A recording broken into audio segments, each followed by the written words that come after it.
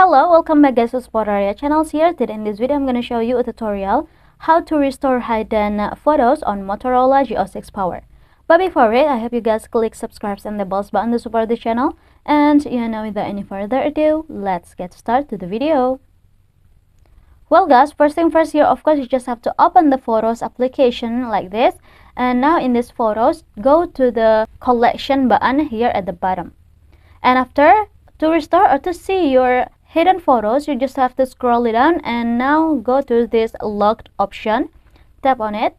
And yes, you can see we have to enter the lock option here guys. Because when we want to hide the photos or videos, there must be setting to set the lock first. So here we can enter it first, the lock screen that I have made before, like this, and we'll see here the photos that we hidden before. And to restore it, you just have to tap on this and choose the photos that you want to restore. I'm gonna restore this 2 photo, and now tap on the move option at the bottom, and after tap on move again. And as you can see on this locked folder, there are no photos anymore because the photo that we hidden before is already moved to this gallery or the album options. So yeah, I think it's enough from me. Thank you guys for watching this video. Don't forget to leave your like and comments below, and I'll see you soon on the next one. Goodbye.